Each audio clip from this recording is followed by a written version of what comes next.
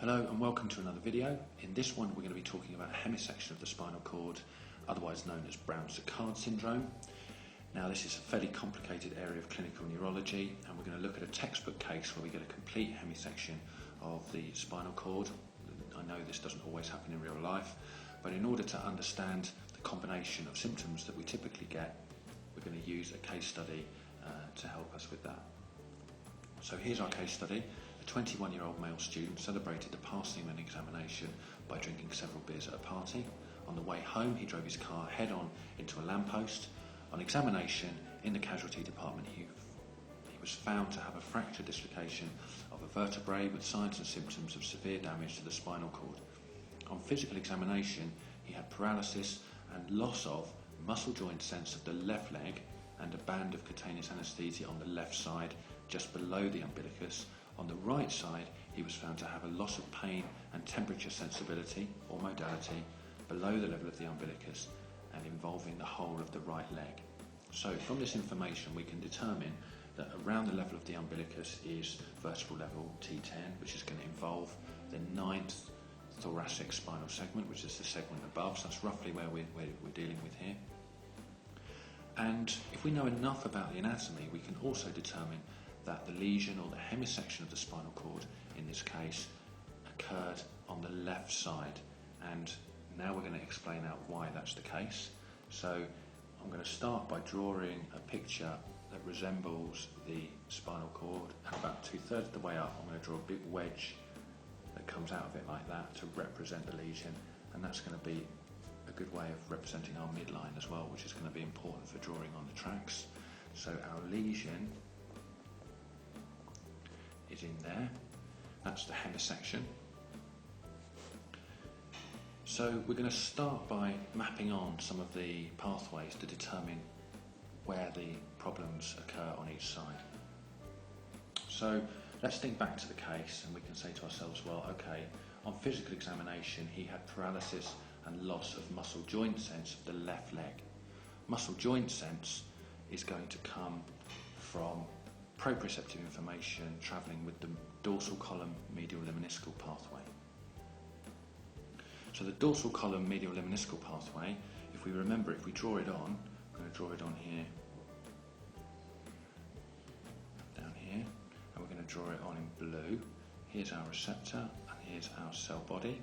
If we remember something about this particular pathway, we know that it doesn't cross over at segmental level. In fact, it doesn't synapse in the spinal cord, it's actually going to travel up ipsilaterally. So we can see here, if we draw on, this is going to be our right side, and the damage of course is on our left side, as we've said. We can see here that the tract on the right side is nice and healthy, it can pass up the right side uninterrupted. If we draw the same pathway on the other side,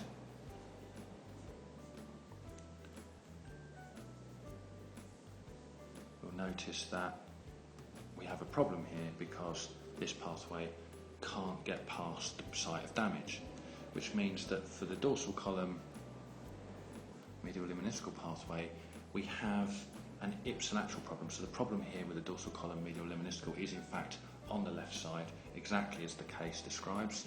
So we're going to write that that's ipsilateral.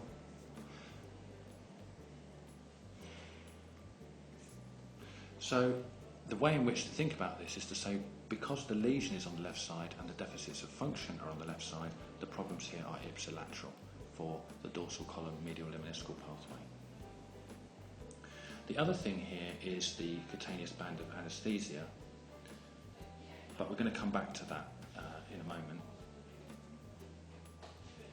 We're now going to deal with the paralysis that's also in the left leg, and to do that we're going to draw on the corticospinal tract. So the corticospinal tract we're going to draw on up here somewhere. I'm going to just write it over here, corticospinal tract, but we're going to draw it in this orangey yellow colour. We're going to have to draw it coming down. So the corticospinal tract, if we think about the right side, it's going to come down, it's going to cross over in the medulla. So here's our corticospinal tract coming down here, and it's going to cross over and it's not going to get past the site of damage. On the opposite side, of course, it's going to cross over in the medulla and it's going to be able to make its way down. So the problems associated with the corticospinal tract are on the left side, and because it's already crossed over, it means that we get ipsilateral problems. Draw that in black. So ipsilateral problems with the corticospinal tract. In this case, the site of the damage is on the left side, and the problems for the corticospinal tract are also on the left side, because on the left side the corticospinal tract cannot travel past the site of damage. So the lesions on the left and the deficits of function are on the left, meaning that we get ipsilateral problems with the corticospinal tract in a hemisection of the spinal cord. We're now going to move on to pain and temperature. We're going to leave the issue of the cutaneous anaesthesia to last. We're now going to deal with pain and temperature, which is carried by the spinothalamic tract, as you all know. So the spinothalamic tract, put STT there. We're going to draw that on in a different colour. We're going to use green for this one. So here is our spinothalamic tract, and now we know that the spinothalamic tract is actually going to synapse inside the spinal cord, and a second order neuron is going to leave. If you notice, this second order neuron is going to cross over and it's not going to be able to get past the lesion. On the opposite side, we can see quite nicely how, if we draw it on, it's getting a little bit complicated now, but if we draw it on, we can see how a synapse here and the crossing over of the second order neuron, it's got a straight path up on the right side. So let's just draw that on over there. So we can see here how problems associated with pain and temperature involving the spinothalamic tract are obviously contralateral, and in this case we can see that this is why we get problems on the right side associated with the spinothalamic tract when the lesion is on the left side.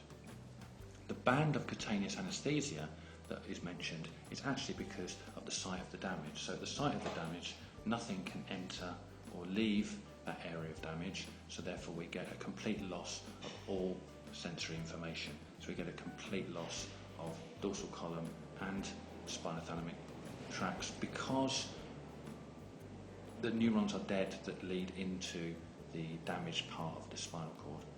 In fact, we'd also expect the lower motor neurons leaving that segment of the spinal cord also to be damaged. Where we've got tract damage associated with the corticospinal tract, we'd expect, of course, upper motor neuron symptoms. So think about what they could be. I'm not going to go into them in this video, but they would be different to the lower motor neuron lesion problems that would be associated at the level of the lesion. So hopefully then that explains why we get this type of range of symptoms associated with the hemisection of the cord, and in this particular case why we can determine from the evidence in the case that the lesion, the hemisection, has occurred on the left side and not the right side.